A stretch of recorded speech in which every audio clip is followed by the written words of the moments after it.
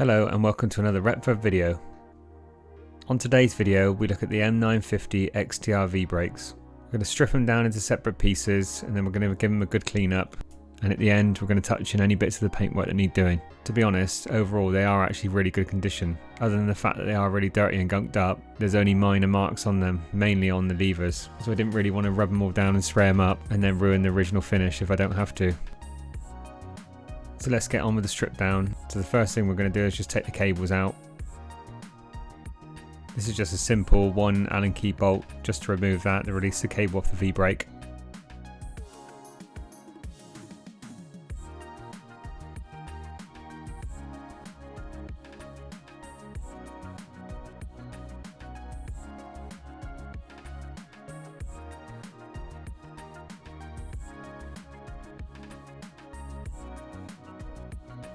Here I'm just removing the mounting bolts that were left in there, just taking these out so it makes it easier when I come to clean it.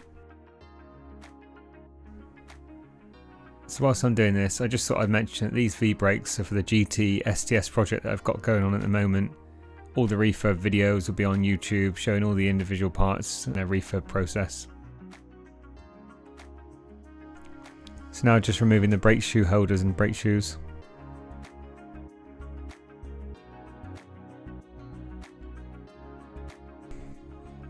Now to get the brake cables completely out, I have to snip the ends off.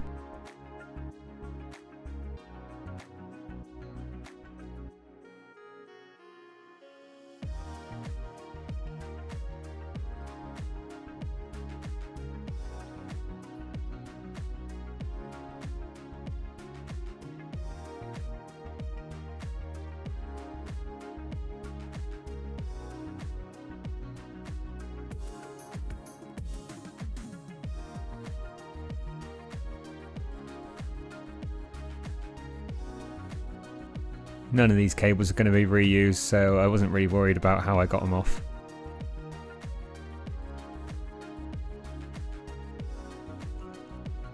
Now it's time to give everything a quick wash off and then a degrease with solvent degreaser. So this is an old electric toothbrush and not one I actually use regularly for my teeth. The battery is actually currently flat on it at the moment, so I was just doing it manually.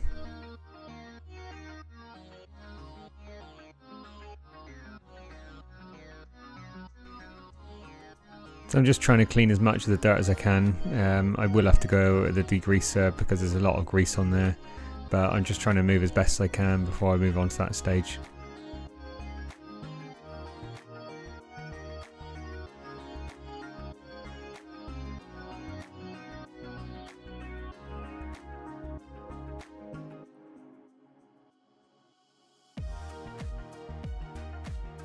So as you can see on the lever, there's a big scratch mark on the front of it. It's not that bad, but I just want to try and hide it as best as I can. So I've got some paint matched as best as I can with that as well to try and hide it.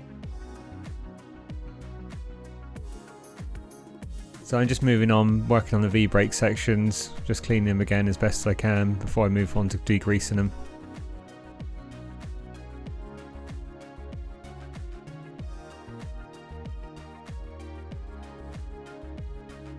Now again, on with the other lever.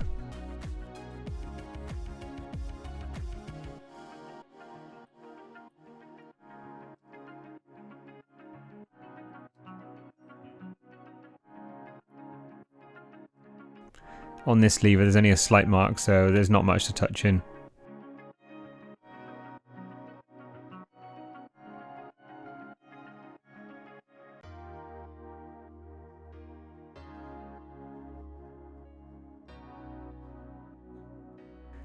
As this cleaning takes a while to do, I've shortened quite a lot of it down. Once I do start fitting it back on the bike, I will grease some of the parts on it, so I don't actually show that process at this time of the refurb.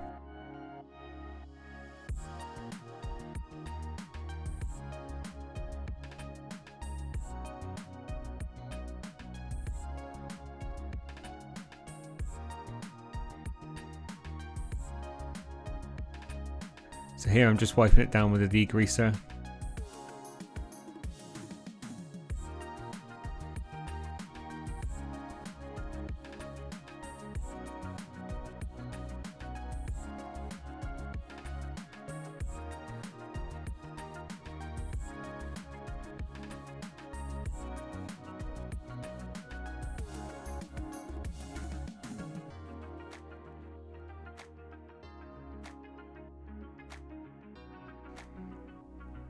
So now I'm just working the brake shoe and the brake shoe holder, just stripping that down.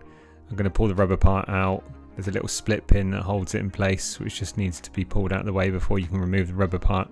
Obviously there was 4 of these in total to do. I'm only going to show one of them on here just to show the process of what's involved to do that. Obviously if you have to change brake pads on these, then this is the process that will be involved to do that. Once the split pin's removed, you can just push the rubber brake pad out. So now just to give the brake shoe holder a good clean.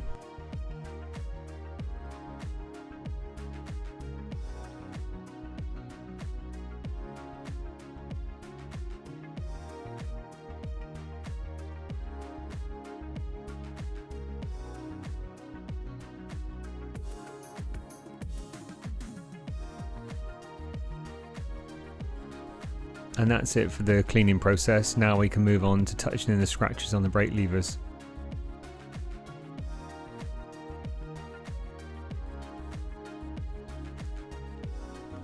So the colour I'm using here to touch it up is a Vauxhall colour. It's called Moonland. So it's by no means an exact match, but it's the closest thing I could find. As you can see, it doesn't look too bad once it's touched in. It hides it. It takes your eye off it, which is the main thing. I didn't really want to go down the process of spraying the whole lot and then having to put new decals and stuff on it. Being this small, they would have been a nightmare.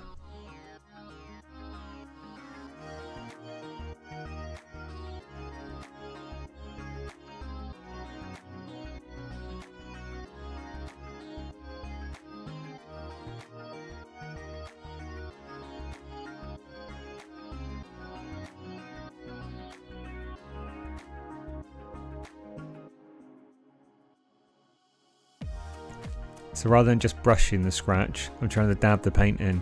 This is so I can build it up a bit better and fill the area which is scratched.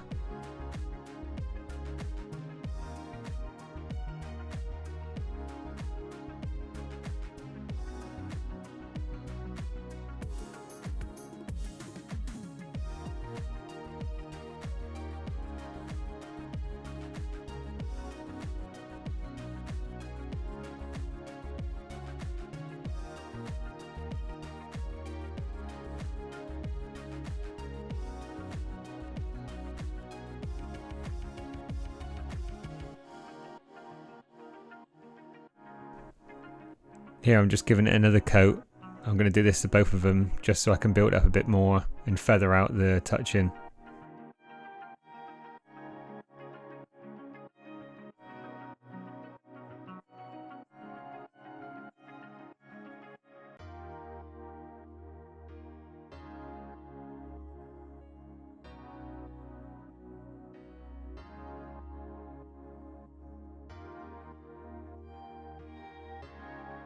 So what I try to do when I'm doing this, I try to dab it around the area slightly wider than the scratch. Hopefully then it'll feather it out and it'll just be less noticeable.